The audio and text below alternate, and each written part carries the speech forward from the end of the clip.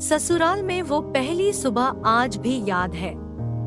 कितना हड़बड़ा के उठी थी, ये सोचते हुए कि देर हो गई है और सब ना जाने क्या सोचेंगे। एक रात ही तो नए घर में काटी है और इतना बदलाव, जैसे आकाश में उड़ती चिड़िया को किसी ने सोने के मोतियों का लालच देकर पिंजरे में बंद कर दिया हो।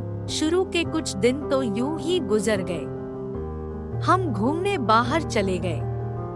जब वापस आए तो सासू माँ की आंखों में खुशी तो थी, लेकिन बस अपने बेटे के लिए ही दिखी।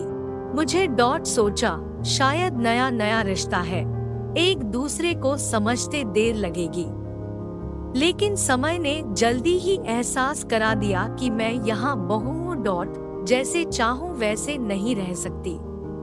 कुछ कायदा मर्यादा है जिनका पालन मुझे करना होगा।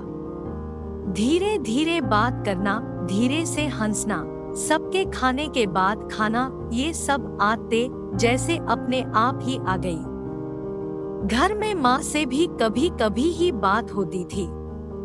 धीरे धीरे पीहर की याद सताने लगी।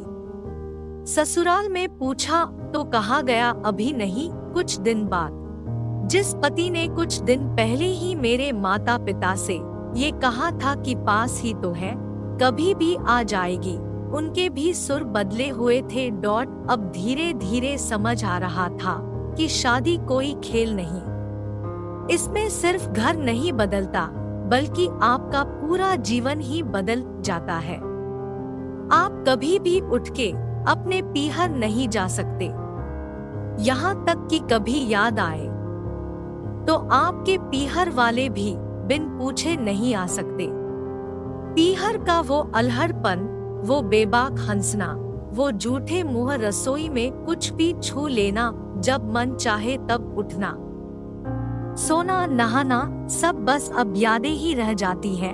अब मुझे समझ आने लगा था कि क्यों विदाई के समय सब मुझे गले लगाकर रो रहे थे।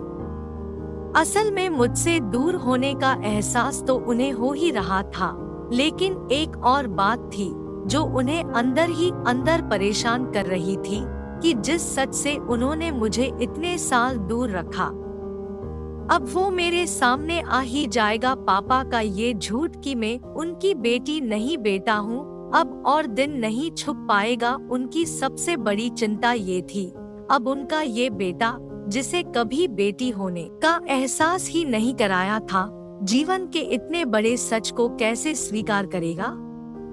माँ को चिंता थी कि उनकी बेटी ने कभी एक गिलास पानी का नहीं उठाया, तो इतने बड़े परिवार की जिम्मेदारी कैसे उठाएगी।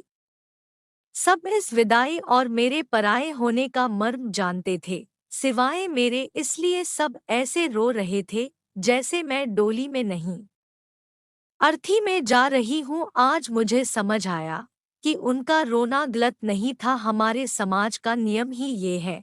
एक बार बेटी डोली में विदा हुई तो फिर वो बस मेहमान ही होती है घर की। फिर कोई चाहे कितना ही क्यों ना कह ले कि ये घर आज भी उसका है, सच तो ये है कि अब वो कभी भी यूं ही अपने उस घर, जिसे मायका कहते हैं, नहीं आ सकती।